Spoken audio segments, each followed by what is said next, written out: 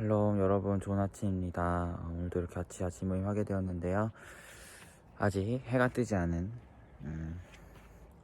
이런 아침입니다. 새벽 예배 전에 좀 먼저 산책을 하고 있었는데 어쨌든 하면서 하면 좋을 것 같아서 좀 어둡지만 같이 했으면 좋겠어요. 제가 기도하고 시작하도록 하겠습니다. 하나님, 오늘도 우리에게 새날을 허락하셨습니다. 우리가 주의 말씀 앞으로 나아가오니 이 말씀을 통하여서 하나님을 깊이 알아가게 하시고 또 우리 삶이 또 오늘 하루가 주님이 기뻐하신 삶으로 다듬어져 가게 인도하여 주시옵소서. 감사드리며 예수님의 이름으로 기도합니다. 아멘. 오늘 함께 살펴볼 하나님의 말씀은 사무엘하 15장 13절에서 23절입니다. 매일 성경 큐티책 10월 13일 목요일 본문이고요. 사무엘하 15장 13에서 23절 말씀입니다.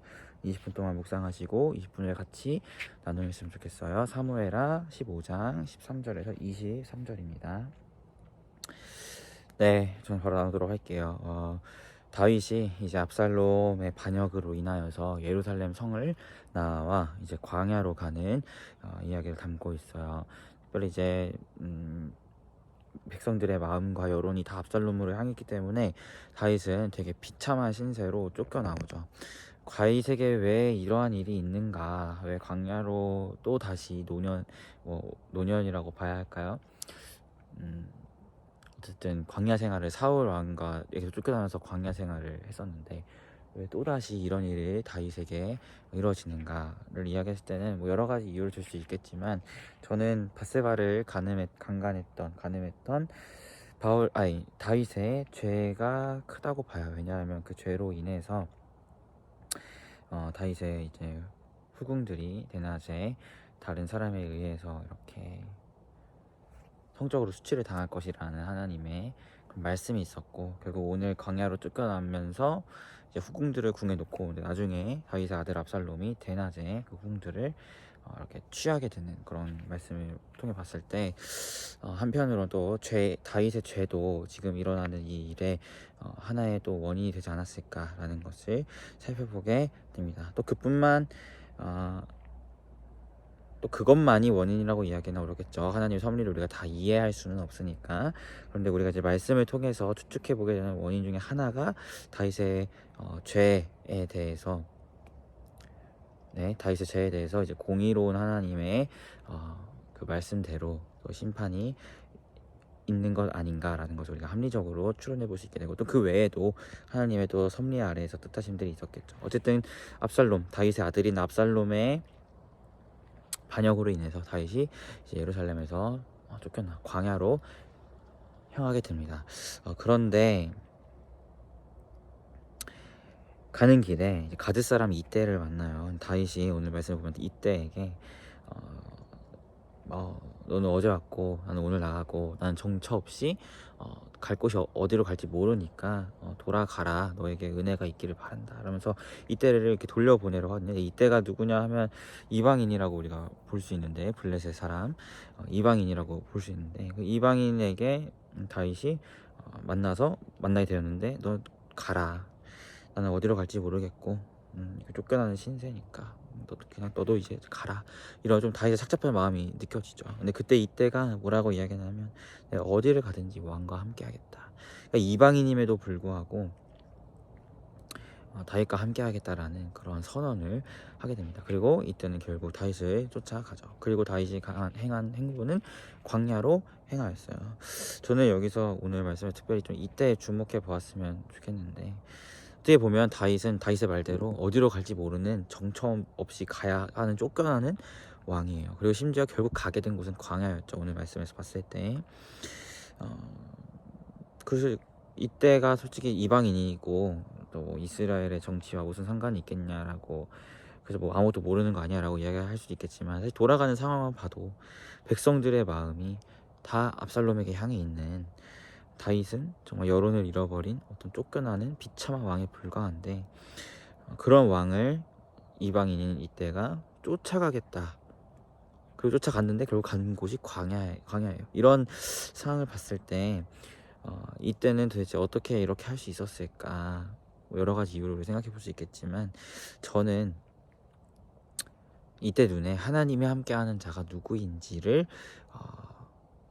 보았기 때문에 이러한 결정을 할 수 있었다라고 생각해요. 물론 이방인이었지만 이방인임에도 불구하고 하나님이 함께하는 자는 다윗이라는 것을 이때는 알고 있었던 것 같아요. 왜냐하면 다윗의 그동안의 사무엘 하에서 살펴보았던 역사가 하나님이 함께 하셔서 승승장구하잖아요. 물론 밧세바 사건으로 인해서 또 죄에 무너지는 일도 있었지만 하나님께 돌이키니 그가 하나님께서 또 그를 회복시키시고 또 축복하시는 것들을 보고 다윗의 왕국이 그렇게 강할 수 있었던 것은 하나님이 함께 하심 때문이었거든요. 아무리 이방인이었어도 주변 나라로서 그런 것들을 분명히 보고 알았을 거예요.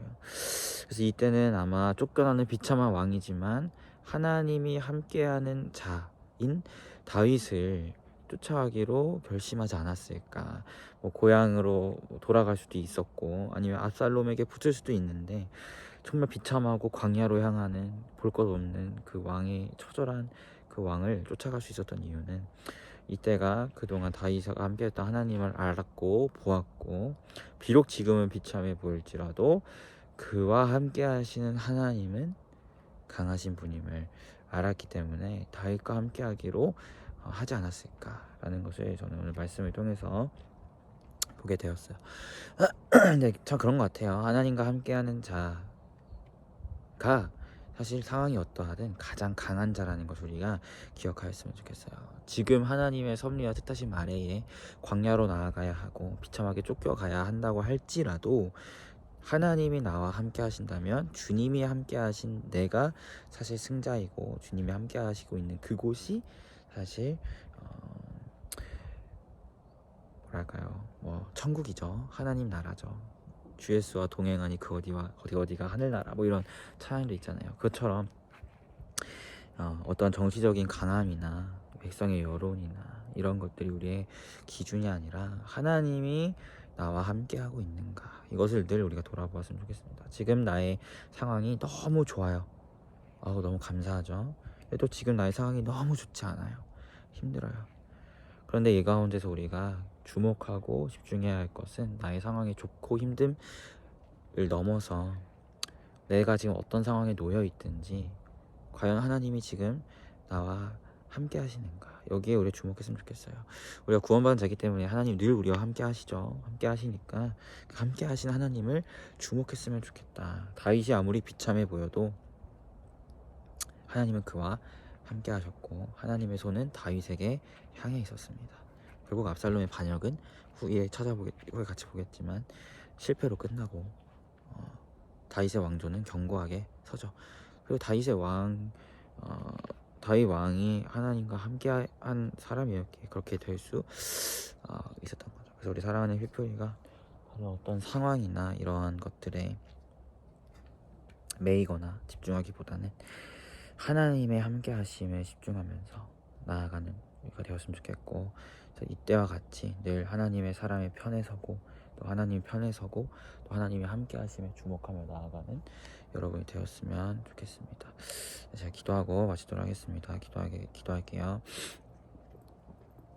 하나님 감사합니다. 우리가 오늘 말씀을 통하여서 하나님과 함께함이 가장 중요한 것임을 살펴보았습니다. 우리의 상황이 광야로 향하고 있든 또는 너무나 좋은 상황이 있든 어떠한 상황이 놓여 있든 우리 사랑하는 피플의 친구들 한 명 한 명이 하나님의 함께하심을 주목할 수 있도록 인도하시고, 지금도 우리와 변치 않고 함께하시는 그 하나님을 힘입어 하루하루를 살아가게 하시고, 그 하나님과 함께함으로 인하여 우리의 삶이 날마다 요동하지 아니하고 그 하나님만을 의지하며 신실하게 하나님과 함께한 이야기를 써가는 우리 피플이가 될 수 있도록 주님 인도하여 주시옵소서. 감사드리며 예수님의 이름으로 기도합니다. 아멘. 여러분 모두 고생 많으셨고 오늘 하루도 주 안에서 평안한 하루 되시길 바라겠습니다. 샬롬.